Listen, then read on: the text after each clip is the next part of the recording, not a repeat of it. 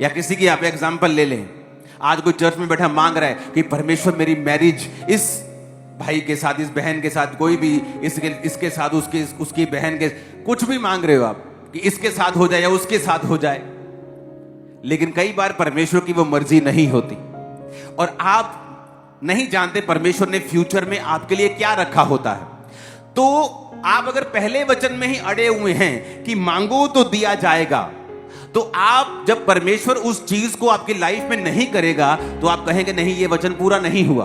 क्योंकि इब्रानिया 11 उसकी 6 आयत में लिखा है, विश्वास बिना उसे प्रसन्न करना अनहोना है, क्योंकि प्रभु के पास आने वालों को विश्वास करना चाहिए कि वो है और वह अपने खोजने वालों को प्रतिफल देता है। Ask and you shall receive and seek, ढूंढो तो तुम। अब सेकंड पार्ट क्या होता है कि आपको परमेश्वर को ढूंढना होता है। अगर आप एक प्रार्थना कर रहे हैं कि परमेश्वर मेरी लाइफ में मुझे यह चीज चाहिए, परमेश्वर कहता है साथ साथ आपको मुझे ढूंढना भी पड़ेगा, क्योंकि परमेश्वर अपने खोजने वालों को प्रतिफल देता है। प्रतिफल का मतलब यह होता है कि जो आप मांग रहे हैं, हो सकता है कि वो डायरेक्ट चीज आपको ना मिले, लेकिन जो आपने मेहनत की है, जो आपने प्रार्थनाएं की हैं और प्रभु को खोजा है, उसकी वजह से शायद जो आपने मांगा था उससे भी 10 टाइम 100 टाइम बेटर चीज, अच्छी चीज आपकी लाइफ में परमेश्वर देगा और अपने वचन को वो पूरा करेगा। पर आज कलीसिया जो है वो वचन को पूरा सुनना नहीं चाहती, वो अपनी कानों की खुजलियां मिटाना चाहती है। उसे अच्छा लगना चाहिए, उसे और कुछ नहीं चाहिए। अगर उसे अच्छा लग रहा है तो वो वचन ठीक है। आज ये बात समझनी पड़ेगी, एक तरफ से मुझे मांगना होगा क्योंकि मेरा पिता मांगने से पहले जानता है मुझे किन चीजों की आवश्यकता है, लेकिन देता नहीं, देता तब है जब मैं मांगता हूं। तो एक तरफ से मुझे मांगना है जो भी मैं चाहता हूं, दूसरी तरफ से मुझे खोजना है। किसको? परमेश्वर को। कैसे खोजते हो आप उसको? एम्प्लीफाइड बाइबल में इब्रानिया 11 उसकी 6 आयत को हम पढ़ेंगे। मैं नीचे से उसको पढ़ूंगा। He is rewarder of those who earnestly and diligently seek him out. कहता वो रिवॉर्डर है उनका जो अर्नेस्टली, अर्नेस्टली का मतलब फोटो में देखेंगे उसका मतलब है, पंजाबी में लिखा है दिलों, दिल से। अपने पड़ोसी को बोलो दिल से। एम्प्लीफाइड बाइबल में लिखा है जेड़े दिल तो रब नूं लभदे ने। कहां से? दिलों। एंड डिलीजेंटली, कहता लगन से। डिलीजेंटली का मतलब है लगन नाल ते मेहनत नाल। कहता जेड़े परमेश्वर नूं लभणगे दिलों, लगन दे नाल ते मेहनत दे नाल। कई बार जो आप मांग रहे हैं परमेश्वर आपको नहीं देता, क्योंकि वो चाहता है बेटा अब तू दूसरा स्टेप लेगा। क्या? तो मुझे ढूंढेगा। मैंने 2004 और 5 में अगर जो मैंने मांगा था मुझे मिल गया होता, आज मैं आपके सामने कभी बैठा नहीं होता। शायद सेवा कर रहा होता, लेकिन इस लेवल पे कभी नहीं होता, क्योंकि ये चॉइस होती है। जब मुझे जो मैंने मांगा मुझे नहीं मिला, मैंने प्रभु को खोजना शुरू किया। कैसे? मेहनत से। क्या मेहनत की? फास्टिंग, 40 रोजे 5 बजे तक, एक बार खत्म, 2 दिन के बाद ही दूसरे 40 रोजे खत्म, तीसरे 40 रोजे खत्म, चौथे 40, पांचवें 40। फास्टिंग मशीन बन चुके थे हम लोग। और साथ साथ में 40 रोजों के बीच बीच में 3-3 दिन रात के रोजे, क्योंकि परमेश्वर को ढूंढना है लगन से, मेहनत से और दिलों। बोलो दिलों। वो कैसे?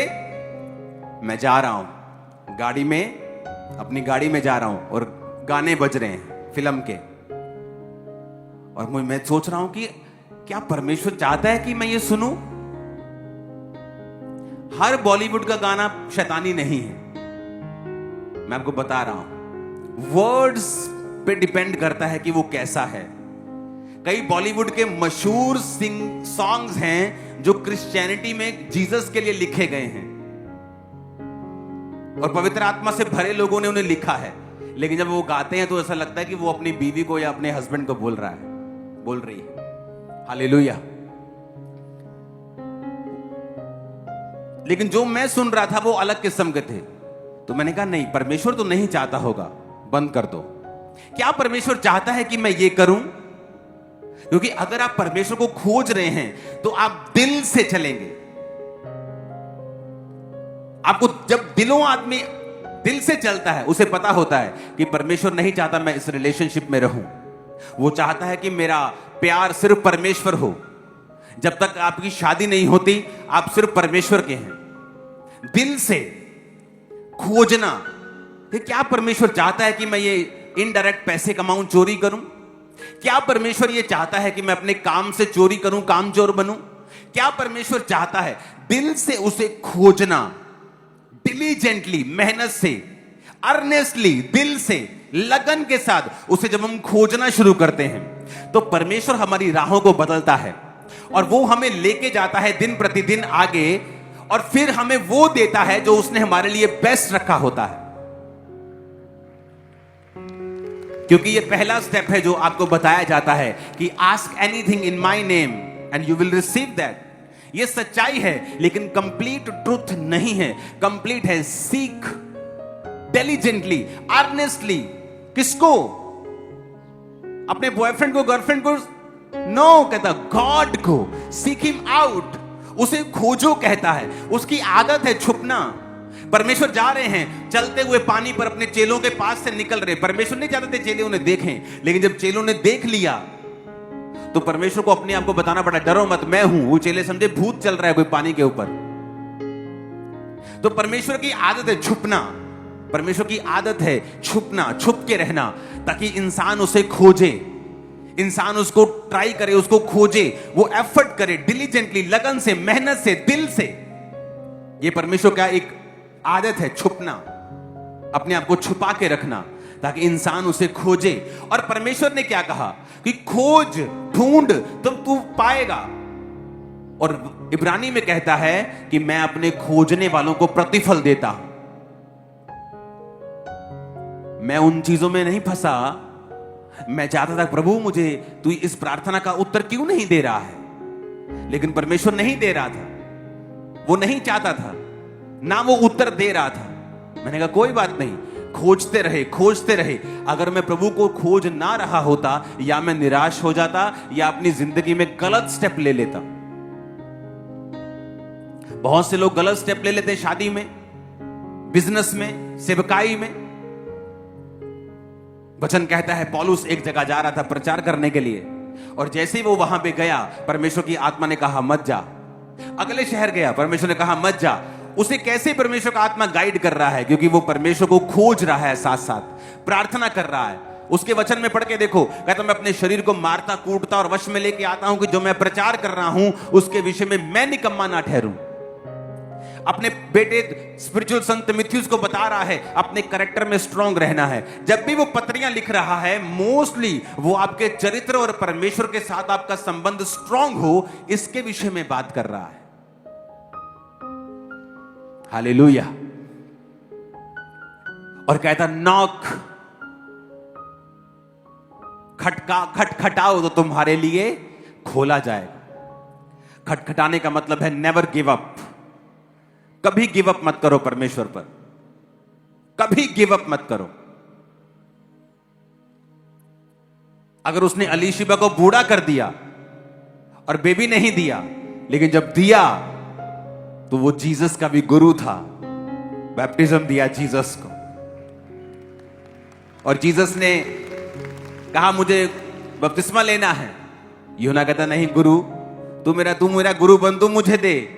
जीसस ने कहा मैं धार्मिकता को पूरा करूंगा और मैं भी किसी के नीचे रहूंगा। जब परमेश्वर आपको कुछ लेट कर रहा है, वो समथिंग वेरी पेक्यूलियर, बहुत यूनिक और बहुत ग्रेट कुछ आपकी लाइफ में बना रहा है, जो आपको वो देगा। बहुत ग्रेट, जो आप समझ नहीं पा रहे अभी। मांगो, ढूंढो और खटखटाओ। आप मांगो अपनी हीलिंग को, अगर वो नहीं हो रही तो इसका मतलब परमेश्वर एक्सपेक्ट करता है कि आप उसे ढूंढें, क्योंकि अगर वो हर बार आपको मांगने पे देता जाएगा, आप कभी अपने जीवन की कमियों की ओर ध्यान नहीं देंगे। आप कभी नहीं देखेंगे कि क्या कमी, कहां कमी है, क्या मैं करूं। क्योंकि जब मैं मांगने पे मिलता नहीं था तो परमेश्वर ने मेरी कमियां दिखाई। तेरी मेहनत कम है, तेरी फास्टिंग कम है, तेरी प्रेयर कम है। फिर मैं उस दिशा की ओर चल पड़ा जहां मुझे लगन से, मेहनत से परमेश्वर को खोजना था, अपनी लाइफ को भी साथ साथ परमेश्वर के साथ चलाना था, हर वो चीज को कट करना था जो परमेश्वर की ओर से नहीं है। हालेलुया। तो ये एक जर्नी है, क्योंकि जब आप मांगते हैं और आपको मिलता नहीं है, तब आपको ये खोजना होगा कि मुझे प्रभु के करीब कैसे जाना है और मुझे अपने जीवन की कमियों को कैसे ठीक करना है कि मैं आगे बढ़ सकूं। नहीं तो फिर लाइफ में कंफ्यूजन रहेगी। आप मांगेंगे, मिलेगा नहीं, और आप बीच में स्टक हो जाएंगे, आप बीच में अड़ जाएंगे आप, क्योंकि अब आपको ये नहीं पता कि मैं मांग रहा हूं पर मुझे मिल नहीं रहा। अब मैं ना आगे जा पा रहा हूं ना पीछे जा पा रहा हूं, अब मैं करूं क्या? क्योंकि आपको सेकंड स्टेप आपको फॉलो करना पड़ेगा, ढूंढो तो तुम पाओगे, क्योंकि परमेश्वर अपने खोजने वालों को प्रतिफल देता है। कि जो तुमने मांगा होगा, जितनी प्रार्थनाएं की होंगी, जितनी फास्टिंग की होगी, जितनी डिलीजेंटली, अर्नेस्टली, दिल से, लगन से, मेहनत से जीसस को खोजा होगा, कहता मैं सारी चीजों का प्रतिफल इकट्ठा करूंगा और तेरी गोद में डाल दूंगा और तू बेस्ट होगा। ओ आमीन, ऊंचे वाला चाहिए। Hallelujah, hallelujah. आप तैयार हैं क्या? मैंने कहा आप तैयार हैं क्या? सिर्फ मांगने के लिए कि उसको खोजने के लिए भी? हां, सिर्फ खोजने के लिए कि उसके बाद खटखटाने के लिए भी? क्योंकि कुछ लोग मांगते हैं, उन्हें मिल जाता है, फिर दोबारा मांगते नहीं मिलता, फिर उन्हें खोजना पड़ता है। फिर वो खोजते हैं, कुछ देर खोजते हैं, फिर वो हट जाते हैं। क्योंकि परमेश्वर ने कहा तीसरा स्टेप ये है कि खटखटाना है। जब तक खुल नहीं जाता, मुझसे मांगते रहना है और मुझको खोजते रहना है। जब तक मिल नहीं जाता, मांगते रहना है, खोजते रहना है। क्योंकि परमेश्वर ने कहा, एक आदमी अपने दोस्त के घर के बाहर गया और कहा मेरा दोस्त आया, मुझे रोटी दे। उसने कहा नहीं, मेरे बच्चे मेरे साथ बिस्तर पे, मैं उठ नहीं सकता। कहता ये नहीं कि उसका दोस्त आया है तो उसने रोटी दी, कहता उसके बार बार मांगने के कारण, लज्जा छोड़कर मांगने के कारण। कैसे मांगने के कारण? लज्जा, कहना शर्म छोड़ के मांगने के कारण। कि नहीं यार मैनू दे यार, प्लीज उठ यार, नहीं इतना ना कर, कोई गल नहीं, मैं 2 मिनट च दे। तो कोई बोलता चल ठीक है, नहीं तो ना सी, मैं कुछ और देख लेना। पर कहता लज्जा, जीसस ने कहा इसलिए नहीं कि वो लज्जा छोड़कर उसने मांगा और वो मांगता रहा।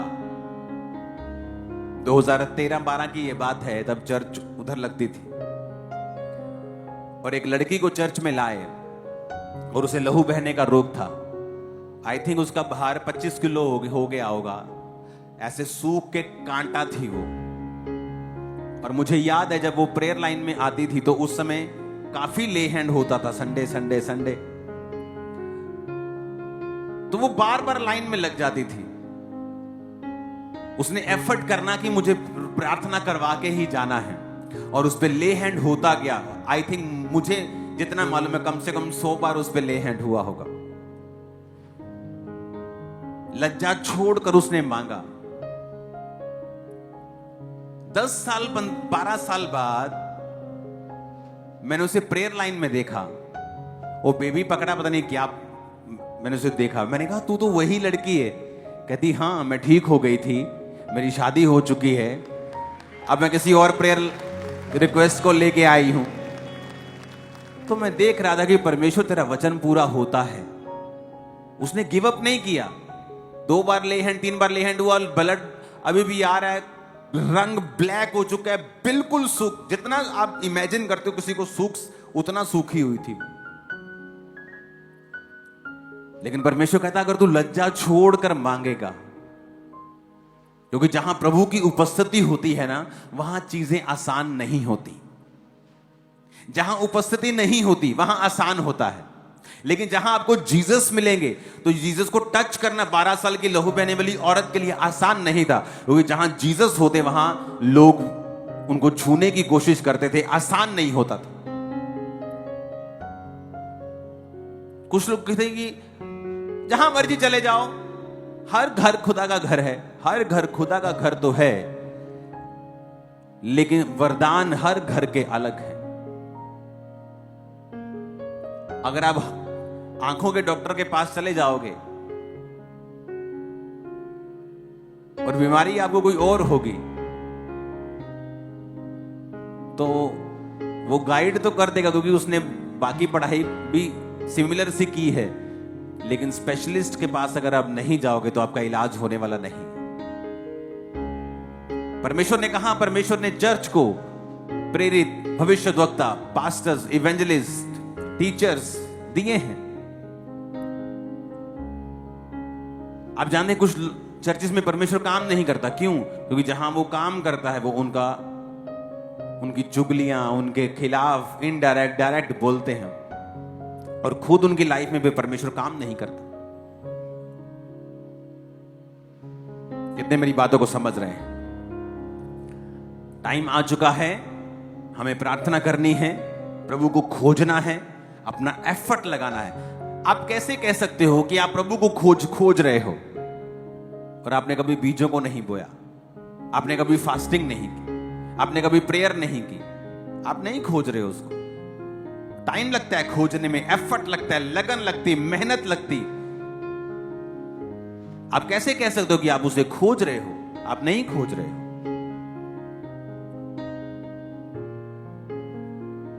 आई थिंक ये पहला बारिश का सीजन है जब चर्च अंदर है, टेंट नहीं है। हालेलुया, आराम से बैठे हैं, कोई टेंशन नहीं है। हालेलुया।